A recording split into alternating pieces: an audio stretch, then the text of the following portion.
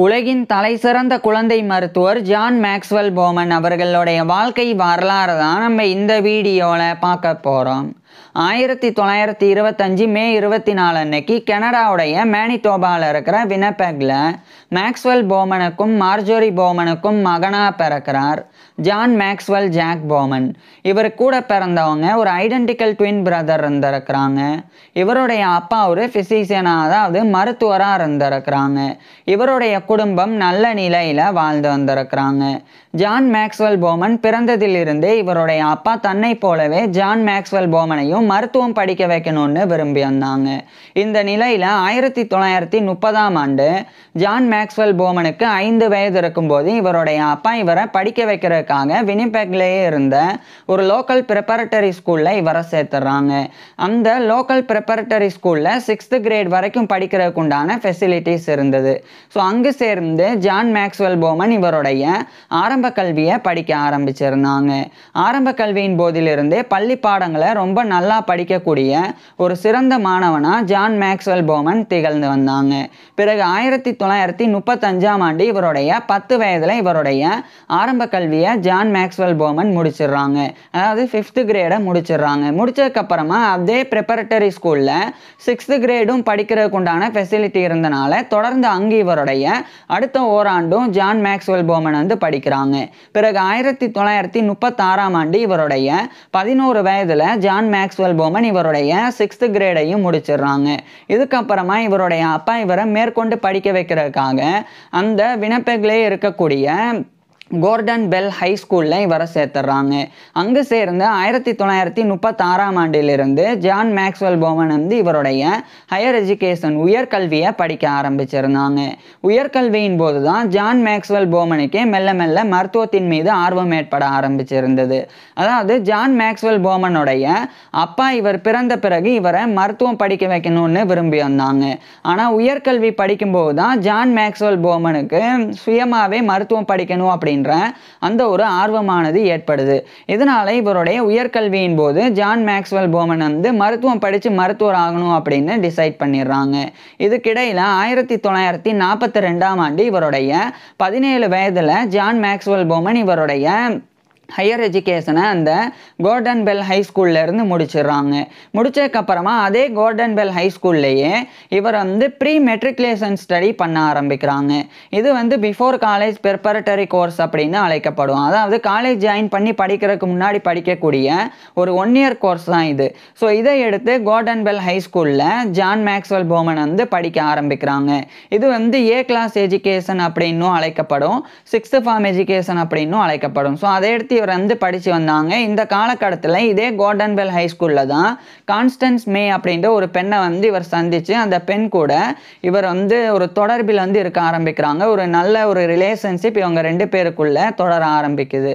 இந்த நிலையில் 1943ஆம் ஆண்டு இவருடைய 18 வயதில் ஜான் மேக்ஸ்வெல் போமன் வந்து இவருடைய pre matriculation study before college preparatory course அப்படின்ற அந்த 1 இயர் கோர்ஸையும் அந்த கோர்டன் பெல் ஹை ஸ்கூல்லேருந்து இவர் வந்து கம்ப்ளீட் பண்ணிடுறாங்க. இதுக்கப்புறமா ஜான் மேக்ஸ்வெல் போமன் வந்து மருத்துவம் படிக்கணும்னு விரும்பினால இவருடைய அப்பா அந்த மேனிடோபாலே இருக்கக்கூடிய யூனிவர்சிட்டி ஆஃப் மேனிடோபா மெடிக்கல் காலேஜ் அங்கே இவரை வந்து சேர்த்துறாங்க. ஸோ அங்கு சேர்ந்து ஜான் மேக்ஸ்வெல் போமன் வந்து இவருடைய மருத்துவ கல்வியை படிக்க ஆரம்பிச்சிருந்தாங்க. ஆரம்பத்தில் மெடிக்கல் கோர்சஸ் சிலவற்றை இவர் வந்து எடுத்து படித்தாங்க. அதுக்கப்புறமா இவர் வந்து டாக்டர் ஆஃப் மெடிசன் அப்படின்ற MD டிகிரி அதை வந்து ஜான் மேக்ஸ்வெல் போமன் வந்து எடுத்து படிக்க ஆரம்பிக்கிறாங்க. தொடர்ந்து இவர் வந்து அந்த யூனிவர்சிட்டி ஆஃப் மேனிடோபா மெடிக்கல் காலேஜில் மருத்துவ கல்வியை படித்து வந்தாங்க.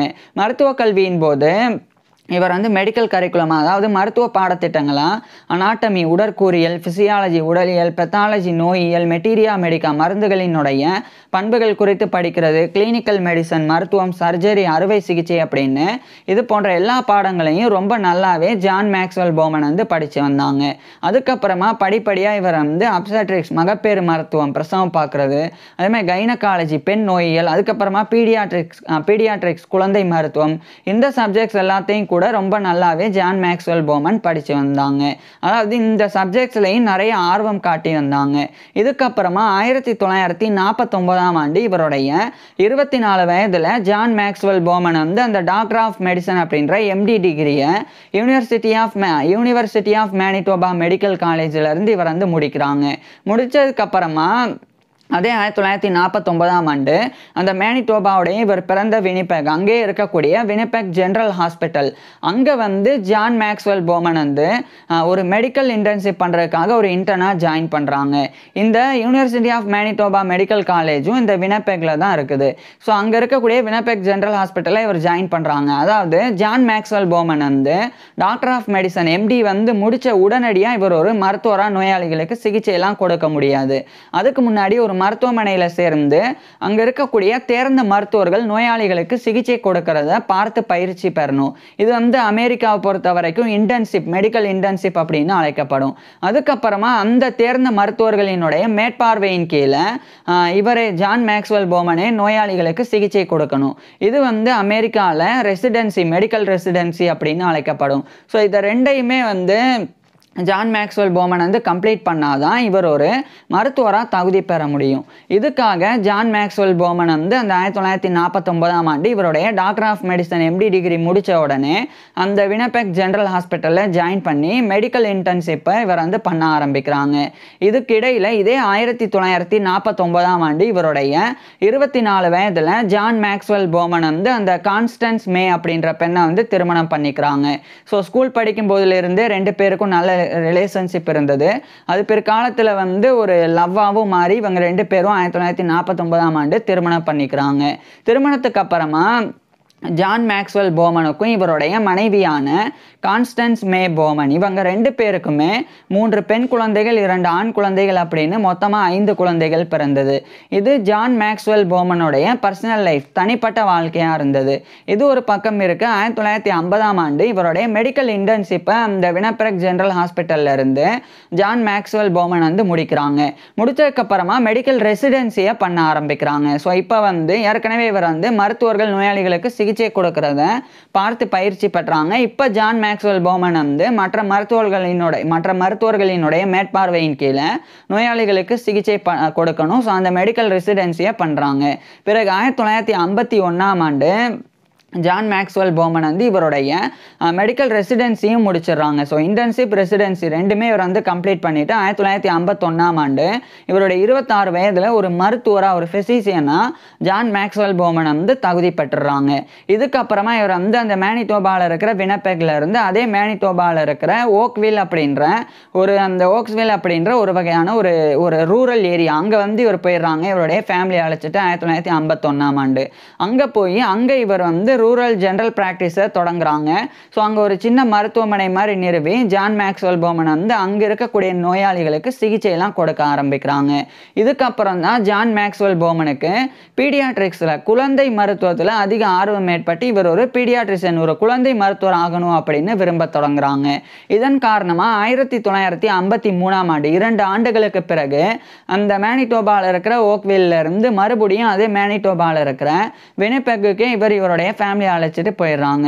அங்கே போகிறதுக்கு முக்கிய காரணம் அங்கே இருக்கக்கூடிய வினிடோபா ஜென்ரல் ஹாஸ்பிட்டல்ஸ் நியூபார்ன் சர்வீஸ், அதனுடைய சில்ட்ரன்ஸ் ஹாஸ்பிட்டல் ஆஃப் வினிபெக், அங்கே இவர் வந்து 1953ஆம் ஆண்டு ஜாயின் பண்ணி இவருடைய பீடியாட்ரிஷியன் ஆவதற்கான ட்ரைனிங்கை எடுத்துக்க ஆரம்பிக்கிறாங்க அந்த குழந்தைகளின் மருத்துவமனையில். ஸோ அங்கே வந்து ஜான் மேக்ஸ்வெல் போமன் வந்து அந்த குழந்தை மருத்துவமனையில் பயிற்சி எடுக்க ஆரம்பிக்கிறாங்க. அதே மாதிரி அந்த வினிபெக் ஜென்ரல் ஹாஸ்பிட்டல் அது தரப்பில் இருந்து RH லேபரட்டரி அப்படின்னு ஒரு ஆய்வுக்கூடம் இருந்தது. அங்குமே குழந்தைகளுக்கு ஏற்படக்கூடிய நோய்கள் குறித்தெல்லாம் இவர் வந்து மருத்துவ பயிற்சிகளை ஜான் மேக்ஸ்வெல் போமன் வந்து எடுத்துக்க தொடங்குறாங்க. ஸோ இது மாதிரி ஜான் மேக்ஸ்வெல் போமன் வந்து தொடர்ச்சியாக இவருடைய மருத்துவ பயிற்சியை பெற தொடங்கியிருந்தாங்க. இதுக்கப்புறமா இவர் வந்து அமெரிக்காவுக்கும் அதாவது யுனைடெட் ஸ்டேட்ஸுக்கும் போகிறாங்க. குறிப்பாக இவர் வந்து கனடாவுடைய மேனிடோபாவில் இருக்கிற வினிபெக்ல இருந்து யுனைடெட் ஸ்டேட்ஸோடைய நியூயார்க்கில் இருக்கிற நியூயார்க் சிட்டிக்கு இவர் போகிறாங்க.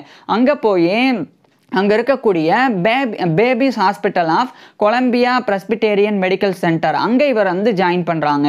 அந்த கொலம்பியா பிரஸ்பிட்டேரியன் மெடிக்கல் சென்டர் வந்து இன்னைக்கு நியூயார்க் பிரஸ்பிட்டேரியன் ஹாஸ்பிட்டல் அப்படின்னு அழைக்கப்படுது. அதனுடைய பேபிஸ் ஹாஸ்பிட்டல் ஆனது இன்னைக்கு வந்து மோர்கன் ஸ்டான்லி சில்ட்ரன்ஸ் ஹாஸ்பிட்டல் அப்படின்னு அழைக்கப்படுது. மோர்கன் ஸ்டான்லி ஹாஸ்பிட்டல் அப்படின்னு அழைக்கப்படுது. அது வந்து பெண்கள் மற்றும் குழந்தைகளுக்கு உண்டான ஒரு மருத்துவமனையாக வந்து இருந்து வருது. ஸோ அங்கே வந்து ஜான் மேக்ஸ்வெல் போமன் வந்து ஒரு மருத்துவராக வந்து அதாவது குழந்தை மருத்துவர் ஆகிறதுக்குண்டான பயிற்சியை அங்கே ஒரு மருத்துவராக வந்து பெற தொடங்குறாங்க.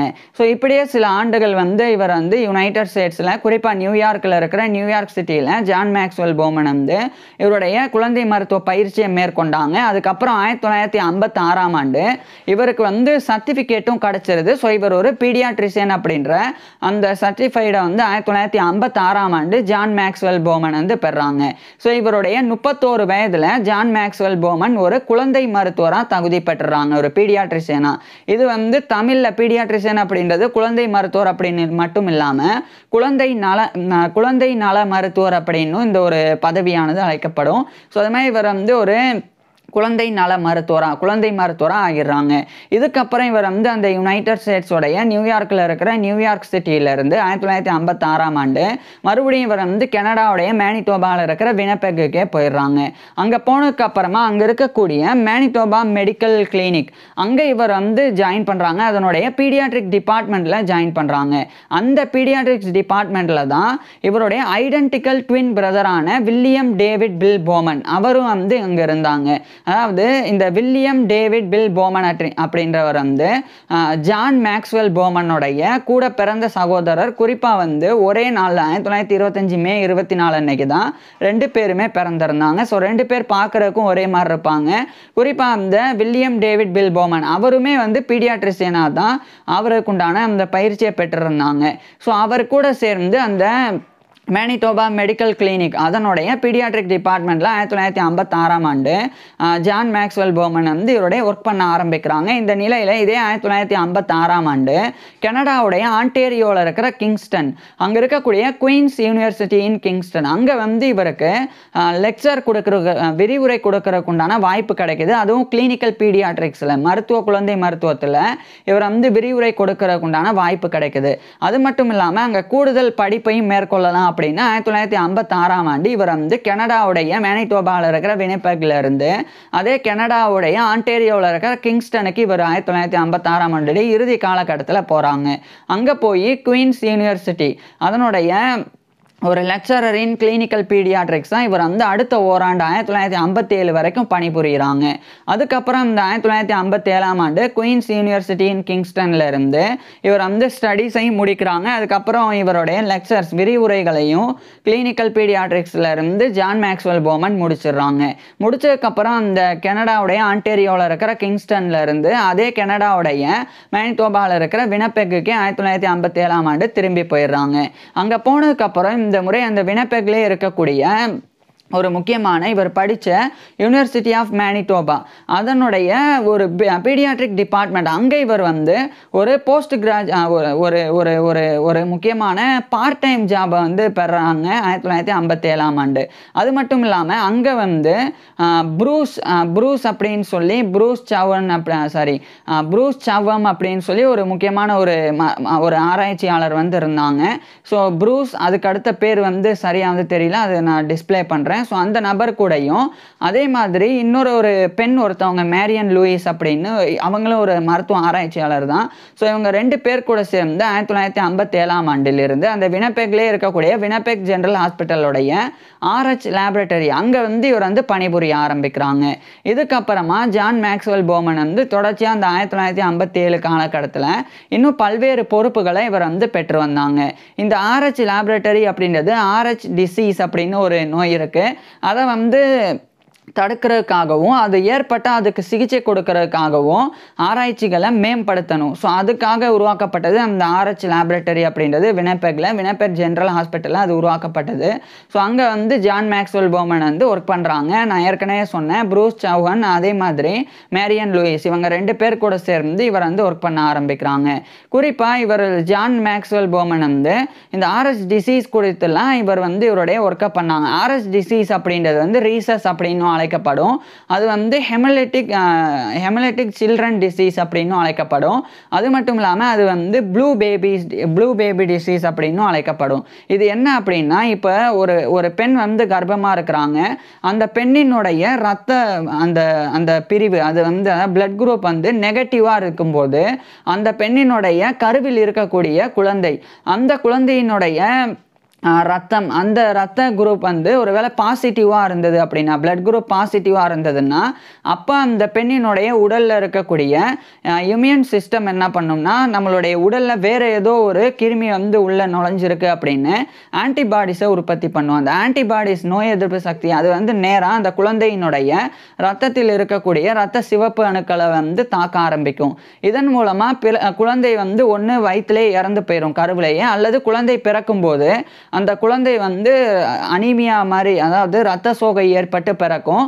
அது மட்டும் இல்லாமல் அந்த குழந்தை வந்து நீல நிறத்தில் மாறி அடுத்து இறந்தும் போயிடும். ஸோ இதுதான் வந்து RH டிசீஸ் அப்படின்றது. அதான் புரிகிற மாதிரி சொல்லணும்னா, இப்போ நம்மளுடைய உடலில், நம்மளுடைய ரத்தத்தில் ஏதாவது ஒரு கிருமி வந்து நம்மளுடைய ரத்தத்தில் வந்து கலந்துருது. இப்போ நம்ம தண்ணி குடிக்கிறோம், அதில் ஏதோ ஒரு கிருமி இருக்குது, அந்த கிருமி நம்மளுடைய ரத்தத்தில் கலந்துருச்சுன்னா அப்போ உடனடியாக நம்மளுடைய இம்யூன் சிஸ்டம், நம்மளுடைய நோய் எதிர்ப்பு மண்டலம் வந்து செயல்பட்டு ஆன்டிபாடிஸை வந்து உற்பத்தி செஞ்சு அந்த ஆன்டிபாடிஸ் வந்து நம்மளுடைய ரத்தத்தில் இருக்கக்கூடிய அந்த கிருமிகள், அதுக்கு எதிராக வந்து போராடி அந்த கிருமிகளை வந்து அழிச்சிரும். ஸோ இப்படி கிருமிகளை அழிக்கிறனால நம்மளுடைய உடல் வந்து அப்போதைக்கு வந்து சூடாகும்.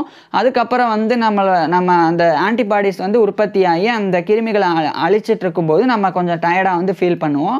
அதுக்கப்புறம் நம்ம வந்து அந்த கிருமிகளெல்லாம் ஆன்டிபாடிஸ் வந்து அழிச்சு முடித்த பிறகு நம்மளுடைய உடல் வந்து சரியாயிரும். ஸோ இதுதான் வந்து நம்மளுடைய உடலில் ஒரு கிருமி வந்து உள்ள நுழைஞ்சிருச்சுன்னா ஏற்படக்கூடிய விஷயம்.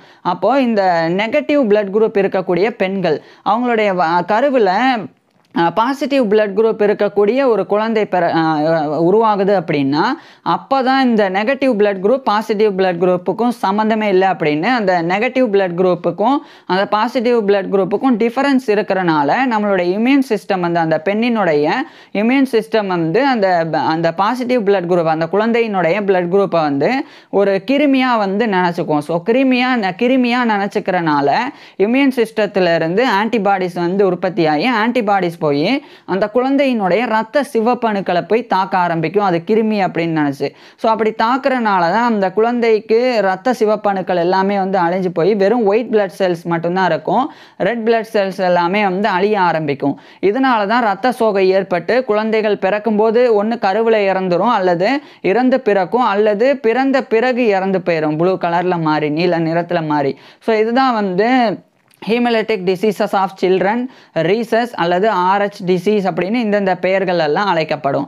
ஸோ இதை வந்து இப்படி ஒரு குழந்தைக்கு ஏற்படுது அப்படின்னா அதை தடுக்கிறதுக்கு என்ன பண்ணணும்? அதாவது ஒரு தாய் இருக்கிறாங்க, அந்த தாயினுடைய கருவில் இருக்கக்கூடிய குழந்தையினுடைய பிளட் குரூப் வந்து பாசிட்டிவாகவும் அந்த தாயினுடைய பிளட் குரூப் நெகட்டிவாகவும் இருந்ததுன்னா அப்போ அந்த குழந்தையை எப்படி காப்பாற்றுறது? ஸோ அதுக்காக உருவாக்கப்பட்டது அந்த RH லேபரேட்டரி, வினிபெக் ஜெனரல் ஹாஸ்பிட்டலில். ஸோ அங்கே தான் ஜான் மேக்ஸ்வெல் போமன் வந்து இவருடைய ரிசர்ச்லாம் பண்ணாங்க. இந்த நிலையில் 1961ஆம் ஆண்டு அந்த RH லேபரேட்டரியோடைய ஒரு மெடிக்கல் டைரக்டராகவே இவர் வந்து நியமிக்கப்படுறாங்க. ஜான் மேக்ஸ்வெல் போமன் வந்து நியமிக்கப்படுறாங்க. அதுக்கப்புறம் அங்கே வந்து தொடர்ந்து இவர் வந்து ரிசர்ச் பண்ணி சில முக்கியமான அந்த prevention and treatment of RH diseases, so அதுக்குண்டான சில முக்கியமான ரிசர்ச்சில் இவர் ஈடுபட்டு சில விஷயங்கள் பண்ணாங்க. அதில் ரொம்ப முக்கியமானது இம்யூனோகுளோபுலின் அப்படின்றது. இந்த இம்யூனோகுளோபுலின் அப்படின்னா ஒரு இன்ஜெக்ஷன். இதை வந்து ஒரு பெண் வந்து கர்ப்பமாக இருக்கும்போது அந்த பெண்ணினுடைய ரத்தத்தின் மாதிரி வந்து அந்த பிளட் குரூப் வந்து நெகட்டிவாக இருக்கும்போது அந்த பெண்ணினுடைய வயிற்றில் இருக்கக்கூடிய குழந்தையினுடைய பிளட் குரூப் வந்து பாசிட்டிவாக இருக்கும்போது இந்த ஒரு இன்ஜெக்ஷன் வந்து அந்த பெண்ணுக்கு வந்து போடணும். ஸோ அப்படி அந்த இன்ஜெக்ஷன் வந்து போடுறனால அந்த பெண்ணினுடைய ஆன்டிபாடிஸ் வந்து உற்பத்தி ஆகாமல் இந்த இம்யூனோகுளோபுலின் வந்து தடுக்கும். ஸோ இப்படி தடுக்கிறனால ஆன்டிபாடிஸ் உற்பத்தி ஆகுது. ஆன்டிபாடிஸ் உற்பத்தி ஆகாதனால அந்த குழந்தையினுடைய ரத்தத்தில் இருக்கக்கூடிய ரத்த சிவப்பணுக்கள் வந்து அழிக்கப்படாது. இதனாலேயே குழந்தை வந்து அந்த பாதிப்புனால, ரத்த சோகை மாதிரியான பாதிப்புனால பாதிக்கப்படாமல் ஆரோக்கியமாக பிறக்கும். ஸோ இதுதான் கான்செப்ட். ஸோ இதுக்காக இம்யூனோகுளோபுலின், ஸோ இதை எப்படி பயன்படுத்தணும், இதை இன்னும் எஃபெக்டிவாக எப்படி உருவாக்குறது, ஸோ அதிலெல்லாம் John Maxwell John Maxwell Bowman வந்து இவருடைய ஆராய்ச்சியை பண்ண தொடங்கியிருந்தாங்க. இந்த காலகட்டத்தில் இவர் வந்து அதே மேனிடோபாவில் இருக்கக்கூடிய மேனிடோபா ரெட் கிராஸ் பிளட் சர்வீசஸ் அதனுடைய ஒரு மெடிக்கல் டைரக்டராகவும் ஜான் மேக்ஸ்வெல் போமன் வந்து நியமிக்கப்பட்டாங்க. இதுக்கப்புறமா இவர் வந்து இவருடைய அந்த ஐடென்டிக்கல் ட்வின் பிரதர் கூட சேர்ந்து ஒர்க் பண்ணக்கூடிய மேனிடோபா மெடிக்கல் கிளினிக் அங்கேருந்து இவர் வந்து விலகுறாங்க. ஏன்னா 1967 இவர் படித்த யூனிவர்சிட்டி ஆஃப் மேனிடோபா மெடிக்கல் காலேஜ் அதனுடைய பீடியாட்ரிக் டிபார்ட்மெண்ட் இவர் ஒரு பேராசிரியராக ப்ரொஃபஸராக நியமிக்கப்படுறாங்க. ஸோ ப்ரொஃபஸர் ஆஃப் மெடிசன் குறிப்பாக வந்து ப்ரொஃபஸர் ஆஃப் பீடியாட்ரிக்ஸ் குழந்தை மருத்துவ பேராசிரியராக 1967 ஜான் மேக்ஸ்வெல் போமன் வந்து அந்த யூனிவர்சிட்டி ஆஃப் மேனிடோபாஸ் பீடியாட்ரிக் டிபார்ட்மெண்ட்டில் நியமிக்கப்படுறாங்க. ஸோ இவர் ஒரு பேராசிரியராகவும் பணிபுரிய ஆரம்பிக்கிறாங்க. இதுக்கப்புறமா 1969 ஜான் மேக்ஸ்வெல் போமன் வந்து வினிபெக் RH இன்ஸ்டிடியூட் அப்படின்னு சொல்லி ஒரு இன்ஸ்டிடியூட்டை இவர் வந்து நிறுவுறாங்க. இதை வந்து இன்னும் சில நபர்கள் கூட சேர்ந்து ஜான் மேக்ஸ்வெல் போமன் வந்து இணைந்து நிறுவனாங்க. இவர் ஒரு கோஃபவுண்டராக இருந்தாங்க. அது 1969 நிறுவப்பட்டது. இந்த ஒரு வினிபெக் RH இன்ஸ்டிடியூட் இதனுடைய நோக்கம் என்ன அப்படின்னா பிளட் சம்மந்தப்பட்ட ரத்தம் சார்ந்த விஷயங்களை ஆராய்ச்சி பண்ணணும். அந்த ஆராய்ச்சியை வந்து ரிசர்ச் அண்ட் டெவலப்மெண்ட் ஆராய்ச்சி மற்றும் வளர்ச்சி பிளட் ப்ராடக்ட் சம்மந்தப்பட்ட ரிசர்ச்லாம் பண்ணணும். ஸோ அதுக்காக நிறுவப்பட்டது தான் இந்த வினிபெக் RH இன்ஸ்டிடியூட் அப்படின்றது. ஸோ அதை வந்து சக்ஸஸ்ஃபுல்லாக வந்து 1969 ஜான் மேக்ஸ்வெல் போமன் வந்து சில நபர்கள் கூட சேர்ந்து இணைஞ்சு நிறுவனாங்க. அதுக்கப்புறம் 1970 காலகட்டத்தில் இன்னும் சில முக்கியமான பணியில் இவர் வந்து ஈடுபட்டாங்க. குறிப்பாக நார்த் அமெரிக்கா அங்கே வந்து 1972 அதுக்கு இவர் வந்து column chromatographic method of blood fractionation so blood ஃப்ராக்சினேஷனுடைய ஒரு காலம் குரோமோட்டோகிராஃபிக் மெத்தடை இவர் வந்து இன்ட்ரடியூஸ் பண்ணாங்க 1972 நார்த் அமெரிக்காவில். ஸோ இது வந்து 1972 ஜான் மேக்ஸ்வெல் போமன் வந்து பண்ணாங்க. இதுக்கப்புறமா ஜான் மேக்ஸ்வெல் போமன் வந்து இதே மாதிரி குழந்தைகளுக்கு ஏற்படக்கூடிய RH டிசீஸ் அதை வந்து நார்த் அமெரிக்கா அங்கெல்லாம் தடுக்கிறதுக்கு உண்டான முயற்சியில் கூட ஜான் மேக்ஸ்வெல் போமன் வந்து நிறைய விஷயங்களை இவர் வந்து எஸ்டாப்ளிஷ் பண்ணி வந்தாங்க. அது மட்டும் இல்லாமல் அதுக்குண்டான ட்ரீட்மெண்ட் RH டிசீஸ் வந்து இருக்கும்போது அதை தடுக்கிறதுக்கு உண்டான அந்த முறை அந்த ப்ரிவென்ட் பண்ணுறது அதுக்கு தான் இந்த இம்யூனோகுளோபுலின் அதாவது அந்த குழந்தைக்கு வந்து அந்த கருவில் இருக்கக்கூடிய குழந்தைக்கு பாதிப்பு ஏற்படக்கூடாதுன்னு அந்த ப்ரிவென்ஷனுக்காக உருவாக்கப்பட்டது இம்யூனோகுளோபுலின் அப்படின்றது. ஸோ இதை வந்து இவர் வந்து ஆராய்ச்சி பண்ணாங்க. அது மட்டும் இல்லாமல் ஒருவேளை அந்த டிசீஸோட குழந்தை வந்து RH டிசீஸோட பிறக்குது அப்படின்னா அப்போ அந்த குழந்தையினுடைய ரத்த சிவப்பு அணுக்களை அதிகரித்து ரத்த சோகையை போக்கி அந்த குழந்தைய அந்த RH டிசீஸ்லேருந்து எப்படி காப்பாற்றுறது ஸோ அதுக்குண்டான சிகிச்சை முறை இதையுமே வந்து ஜான் மேக்ஸ்வெல் போமன் வந்து பெரிய அளவில் அந்த சிகிச்சை முறைகளில் நிறைய மேம்பாடுகளை கொண்டு வந்தாங்க. இதனாலே இவர் வந்து இன்டர்நேஷ்னலி ரெகக்னைஸ்ட் அதாவது சர்வதேச அளவில் அங்கீகரிக்கப்பட்ட ஒரு நிபுணராக இவர் வந்து இருந்தாங்க. ஸோ இவர் வந்து ஒரு இன்டர்நேஷ்னலி ரெகக்னைஸ்டு எக்ஸ்பர்ட் அதுவும் குறிப்பாக RH டிசீஸில் அதுவும் பிறக்கக்கூடிய குழந்தை நியூபார்ன் பேபிஸில். ஸோ அதில் வந்து ஜான் மேக்ஸ்வெல் போமன் வந்து பெரிய சாதனைகள் எல்லாம் பண்ணியிருந்தாங்க. இதுக்காக 1977 இவருக்கு வந்து queen Elizabeth II silver jubilee medal அது வந்து இவருக்கு வழங்கப்பட்டு இவர் வந்து கௌரவிக்கப்பட்டாங்க. அதுக்கப்புறமா ஜேனட் M. பாலக் அப்படின்னு ஒரு பெண் அவங்க கூட சேர்ந்து ஜான் மேக்ஸ்வெல் போமன் வந்து ஒரு முக்கியமான ஒரு ரிசர்ச் ஒர்க்கை இவர் வந்து எழுதினாங்க. அதை வந்து 1978 மார்ச் 18 அப்போ வந்து ஜான் மேக்ஸ்வெல் போமன் அந்த ஜேனட் M. பாலக் அவங்க கூட இணைஞ்சு அதை வந்து வெளியிட்டாங்க. அது வந்து antenatal prophylaxis of RH iso immunization 28 weeks gestation service program அப்படின்னு இது வந்து 1978 மார்ச் 18 வெளியிட்டாங்க. இன்னொரு தடவை சொல்கிறேன் antenatal prophylaxis of RH iso immunization. So இந்த ஒரு ஒர்க்கு தான் 1978 மார்ச் 18 அந்த ஜேனட் M. பாலக் அவங்க கூட இணைஞ்சு இவர் வந்து ஜான் மேக்ஸ்வெல் போமன் வந்து வெளியிட்டிருந்தாங்க. இதுக்கப்புறமா ஜான் மேக்ஸ்வெல் போமன் வந்து தொடர்ச்சியாக இன்னும் நிறைய ரிசர்ச்சஸில் தொடர்ந்து ஈடுபட்டு வந்தாங்க. அது மட்டும் இல்லாமல் இன்னொரு கேங்கின் கார்பரேஷன் அப்படின்னு ஒரு பயோ ஃபார்மசூட்டிக்கல் கம்பெனி ஒன்று இருக்குது. அது வந்து பிற்காலத்தில் நிறுவப்பட்டது. அப்போ அதுக்குண்டான ஒரு வின்ரோ அதுக்குண்டான ஒரு டெவலப்மெண்ட் அண்டு லைசன்சிங் அதுக்காக இவர் வந்து சில முயற்சிகள் ஈடுபட்டாங்க. அதுக்காக 1980 அந்த கேங்கின் கார்பரேஷனுக்கு டெவலப்மெண்ட் அண்டு லைசன்சிங் வந்து வழங்கப்பட்டது வின்ரோக்காக. வின் அப்படின்றது வந்து இந்த வினிபெக் அதுதான் வந்து குறிக்குது. ஸோ இது வந்து 1980ஆம் ஆண்டு. இதுக்கப்புறம் இதுவுமே வந்து நார்த் அமெரிக்கா, நார்த் ஆப்பிரிக்கா அங்கெல்லாம் உதவிகரமாக இருக்க தொடங்கினது. இதுக்கப்புறம் ஜான் மேக்ஸ்வெல் போமன் வந்து 1982ஆம் ஆண்டு இவர் வந்து ஏற்கனவே ஒரு மெடிக்கல் டைரக்டராக ஒர்க் பண்ணக்கூடிய அந்த மேனிடோபா ரெட் கிராஸ் பிளட் சர்வீசஸ் அங்கேருந்து 1982ஆம் ஆண்டு இவர் வந்து விலகுறாங்க. இதுக்கப்புறம் 1983ஆம் ஆண்டு ஜான் மேக்ஸ்வெல் போமனுக்கு வந்து கனடா தரப்பில் இருந்து officer of the order of Canada அப்படின்ற கௌரவம் இவருக்கு வந்து வழங்கப்பட்டது.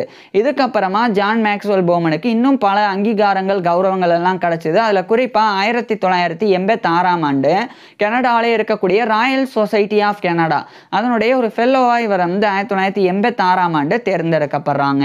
So fellow of the Royal Society of Canada FRSC அப்படின்ற இந்த ஒரு பட்டத்தை கௌரவத்தை 1986ஆம் ஆண்டு ஜான் மேக்ஸ்வெல் போமன் வந்து பெறாங்க. இதுக்கப்புறமா ஜான் மேக்ஸ்வெல் போமன் வந்து இன்னும் கூடுதலாக சில நபர்கள் கூட சேர்ந்து இந்த RH டிசீஸுக்கு உண்டான ட்ரீட்மெண்ட்டை இன்னும் இம்ப்ரூவ் பண்ணுறதுக்கு உண்டான சில ஆராய்ச்சிகளில் ஈடுபட்டாங்க. அதில் குறிப்பாக ஜான் மேக்ஸ்வெல் போமன் வந்து ஏற்கனவே இவர் வந்து இணைஞ்சு ஒரு ஒர்க்கெல்லாம் வெளியிட்ட ஜானட் எம் பாலக் அவங்க கூட, அதுக்கப்புறமா ஃப்ராங்க் ஏ மேனிங் அப்படின்னு ஒரு நபர் அவர் கூட, அதே மாதிரி கிறிஸ் ஆர் ஹார்மன் அப்படின்னு ஒரு நபர் அவர் கூட, அதுக்கப்புறமா வந்து இன்னொரு ஒரு நபர் வந்து எஸ் மேண்டிகோலோ அப்படின்னு சொல்லி அந்த எஸ் மேண்டிகோலோ அப்படின்ற இன்னொரு நபர். ஸோ இவங்க கூட எல்லாம் சேர்ந்து ஜான் மேக்ஸ்வெல் போமன் வந்து இன்னொரு ஒரு முக்கியமான ஒரு ரிசர்ச் ஒர்க்கை வந்து எழுத தொடங்கியிருந்தாங்க. அது வந்து இந்த குழந்தை மருத்துவம் சார்ந்ததும், அதே மாதிரி மகப்பேறு மருத்துவம், இந்த பிரசவம் பார்க்கும்போது ஏற்படக்கூடிய பிரச்சனைகள், அதே மாதிரி பெண்களுக்கு ஏற்படக்கூடிய கைனகாலஜி பெண் நோய்கள். ஸோ இது குறித்தெல்லாம் இந்த ஒர்க்கில் ஜான் மேக்ஸ்வெல் போமன் வந்து அந்த 4 நபர்கள் கூட சேர்ந்து எழுதினாங்க. அது 1992ஆம் ஆண்டு பிப்ரவரி மாதம் இவங்க 5 பேரும் அதாவது ஜான் மேக்ஸ்வெல் போமன் உட்பட மிச்சம் இருக்கக்கூடிய 4 நபர்கள், ஸோ இவங்க எல்லாம் சேர்ந்து இந்த 5 பேரும் 1992 பிப்ரவரி மாதம் அந்த ஒரு ஒர்க்கை வந்து வெளியிட்டாங்க. அதுதான் வந்து மெட்டர்னல் கெல் பிளட் குரூப் ஆலோ இம்யூனைசேஷன் அப்படின்ற டைட்டில். ஸோ இந்த மெட்டர்னல் கெல் பிளட் குரூப் ஆலோ இம்யூனைசேஷன் இது வந்து அப்சட்ரிக்ஸ் அண்ட் கைனகாலஜி அப்படின்ற ஜேர்னலில் 1992 பிப்ரவரியில் ஜான் மேக்ஸ்வெல் போமன் வந்து அந்த 4 நபர்கள் கூட சேர்ந்து வெளியிடுறாங்க. ஏற்கனவே 1978ஆம் ஆண்டு அந்த ஜானட் எம் பாலக் அவங்க கூட சேர்ந்து வெளியிட்ட அந்த ஒரு ஒர்க்கு வந்து கெனடியன் மெடிக்கல் அசோசியேஷன் ஜேர்னல் அதில் வெளியிட்டிருந்தாங்க. இதுக்கப்புறம் 1994ஆம் ஆண்டு மறுபடியும் அதே அப்சட்ரிக்ஸ் அண்ட் கைனகாலஜி அப்படின்ற ஜேர்னலில் இவர் ஜான் மேக்ஸ்வெல் போமன் வந்து இன்னொரு ஒரு நபர் வீட ஆல்மேடா அப்படின்னு சொல்லி இன்னொரு நபர் அவர் கூட சேர்ந்து 1994 மார்ச் மாதம் இன்னொரு ஒர்க்கை எழுதுறாங்க. இது வந்து மேசிவ் ஃபெட்டோமெட்டர்னல் ஹெமரேஜ் இந்த ஒரு டைட்டில் 1994 மார்ச்சில் இந்த ஒரு ஒர்க்கை பப்ளிஷ் பண்ணுறாங்க. ஸோ மேசிவ் மெட்டோஃபெட்டர்னல் ஹெமரேஜ் இது வந்து மேனிடோபா எக்ஸ்பீரியன்ஸ் அப்படின்னு அதை வந்து அந்த டைட்டிலில் இன்க்ளூட் பண்ணி 1994 மார்ச்சில் பப்ளிஷ் பண்ணியிருந்தாங்க. ஸோ மேசிவ் ஃபெட்டோமெட்டர்னல் ஹெமரேஜ் மேனிடோபா எக்ஸ்பீரியன்ஸ் இது 1994ஆம் ஆண்டு வீட ஆல்மேடா அப்படின்ற நபர் கூட ஜான் மேக்ஸ்வெல் போமன் எழுதி பப்ளிஷ் பண்ணியிருந்தாங்க. இதுக்கப்புறம் 1996ஆம் ஆண்டு இவர் வந்து ப்ரொஃபஸர் ஆஃப் மெடிசன் அந்த பதவியிலிருந்து யூனிவர்சிட்டி ஆஃப் மேனிடோபாஸ் பீடியாட்ரிக்ஸ் டிபார்ட்மெண்ட் அங்கேருந்து இவர் வந்து ரிட்டையர் ஆகுறாங்க. இவருடைய 71 வயதில் அங்கேருந்து ரிட்டையர் ஆகுறது மட்டும் இல்லாமல் இவர் வந்து RH லேபரட்டரி அதனுடைய மெடிக்கல் டைரக்டர் அப்படின்ற பதவியிலிருந்தும் இதே 1996ஆம் ஆண்டு ஜான் மேக்ஸ்வெல் போமன் வந்து ரிட்டையர் ஆகுறாங்க. ரிட்டையர் ஆன பிறகு மேலும் இவரை கௌரவப்படுத்துறதுக்காக இதே 1996ஆம் ஆண்டு இவருக்கு வந்து FNG ஸ்டார் அவார்டானது வழங்கப்பட்டது.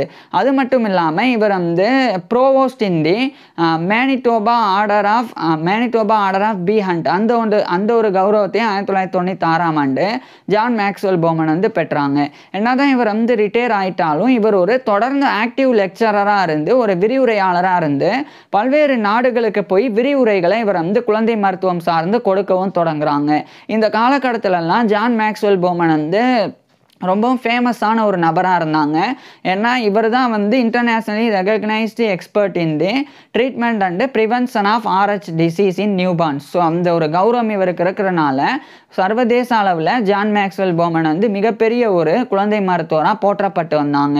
இதுக்கப்புறம் 2001ஆம் ஆண்டு கார்ல் லேண்ட்ஸ்டைனர் மெமோரியல் அவார்டு அப்படின்ற ஒரு அவார்டும் இவருக்கு வந்து வழங்கப்பட்டது. கார்ல் லேண்ட்ஸ்டைனர் அப்படின்றவர் இந்த பிளட் குரூப் சம்மந்தப்பட்ட விஷயங்களில் பெரிய ஆராய்ச்சிலாம் பண்ணவர். இந்த கார்ல் லேண்ட்ஸ்டைனருடைய வாழ்க்கை வரலாறு நம்ம ஏற்கனவே பார்த்துருக்குறோம். ஸோ அவரை கௌரவப்படுத்துறதுக்காக அவருடைய பேரில் கார்ல் லேண்ட்ஸ்டைனர் மெமோரியல் அவார்டு அப்படின்னு இருந்தது. அந்த விருதை 2001ஆம் ஆண்டு ஜான் மேக்ஸ்வெல் போமன் வந்து பெற்றாங்க.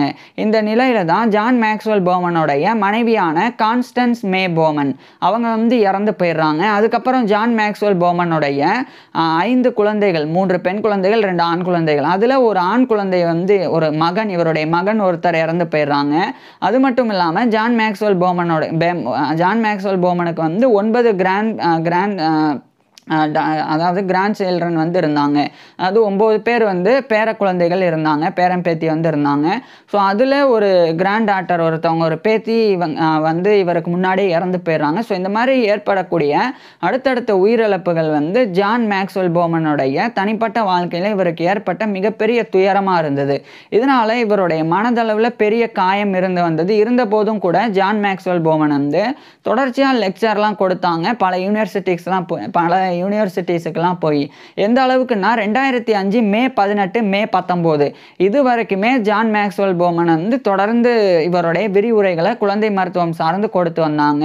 பின்னர் அதே 2005ஆம் ஆண்டு மே 22 அன்னைக்கு கரெக்டாக இவருடைய 80வது பர்த்டேக்கு 2 நாளைக்கு முன்னாடி இவருடைய 79 வயதில் ஜான் மேக்ஸ்வெல் போமன் இறந்து போயிடுறாங்க. ஸோ மே 18 மே 19 அது வரைக்குமே இவர் வந்து விரிவுரையெல்லாம் கொடுத்தாங்க. ரொம்ப நல்லா தான், இவருடைய உடல் அளவில் ரொம்ப நல்லா தான் இருந்தாங்க. ஆனால் திடீர்னு இவர் உடல்நல குறைபாடுனால பாதிக்கப்பட்டு 2005 மே 22 அன்னைக்கு இவருடைய 80வது பர்த்டேக்கு 2 நாட்களுக்கு முன்னாடி 2005 மே 22 அன்னைக்கு இவருடைய 79 வயதில் ஜான் மேக்ஸ்வெல் போமன் இறந்து போயிடுறாங்க. ஜான் மேக்ஸ்வெல் போமன் வந்து இறந்து போயிட்டாலும் இவர் வந்து குழந்தை மருத்துவத்தில் ஆற்றின பங்களிப்பு மிகப்பெரியது. குறிப்பாக வந்து RH டிசீஸ் வந்து நியூபார்ன்ஸுக்கு ஏற்படும் போது, பிறக்கும் குழந்தைகளுக்கு ஏற்படும் போது அல்லது வயிற்றில் இருக்கக்கூடிய குழந்தைக்கு ஏற்படும் போது அதை தடுக்கவோ அல்லது வந்துருச்சு அந்த RH டிசீஸ் ஒருவேளை வந்துருச்சுன்னா அதை வந்து சரியான முறையில் சிகிச்சை கொடுத்து அந்த குழந்தையை காப்பாற்றுறதோ, ஸோ இந்த மாதிரியான முயற்சிகளில் பல மேம்பாடுகளை ஜான் மேக்ஸ்வெல் போமன் வந்து செஞ்சாங்க. இதனாலேயே பல குழந்தைகள் வந்து 1960களில் இருந்தே காப்பாற்றப்பட்டாங்க இந்த இவருடைய முயற்சியின் விதமாக. அது எந்த அளவுக்குன்னா நிறைய பேர் இவர் இறந்த பிறகு இவர்னால காப்பாற்றப்பட்ட குழந்தைகள் 1980, 1968, 1965, அதுக்கப்புறம் வந்து 1982 அப்படின்னு இவர்னால காப்பாற்றப்பட்ட நிறைய குழந்தைகள் அவங்க வந்து 2005ஆம் ஆண்டு 20 வயதை வந்து தாண்டி இருந்தாங்க. ஸோ அவங்கெல்லாம் இவருடைய இரங்கல் செய்தியை வெளியிட்டாங்க. இவருடைய இறப்பை குறித்து வருத்தப்பட்டு என்னை காப்பாற்றினது, நான் உயிரோடு இருக்கிற காரணம் வந்து ஜான் மேக்ஸ்வெல் போமன் தான் அப்படின்னு உலகம் முழுவதிலும் நிறைய பேர்கிட்ட இருந்து இவருக்கு உண்டான அந்த அங்கீகாரம் வந்து கிடச்சிது. ஸோ இது வந்து மிகப்பெரிய ஒரு விஷயம். ஸோ இவர் இறந்து போயிட்டாலும் இன்னைக்கு வரைக்கும் அந்த RH டிசீஸில் இவர் ஏற்படுத்தின அந்த RH டிசீஸோடைய ப்ரிவென்ஷன் அண்ட் ட்ரீட்மெண்ட்டில் இவர் ஏற்படுத்தின முன்னேற்றங்கள் இன்னைக்கு பல குழந்தைகளை வந்து தொடர்ந்து காப்பாற்றி வருது. ஸோ இப்பேற்பட்ட அளவில் இவர் இறந்த பிறகும் இவருடைய சாதனை பேசப்படக்கூடிய அளவில் இவருடைய ஒர்க்கை வந்து கான்ட்ரிபியூஷனாக கொடுத்த ஜான் மேக்ஸ்வெல் போமன் பற்றி நீங்கள் என்ன நினைக்கிறீங்க அப்படின்றத கீழே கமெண்ட்ஸில் சொல்லுங்கள். உங்களுக்கு எந்த மாதிரியான டாபிக்ஸில் எந்த மாதிரியான வீடியோஸ் வேணும் அப்படின்றதையும் கீழே கமெண்ட்ஸில் சொல்லுங்கள். தேங்க்யூ.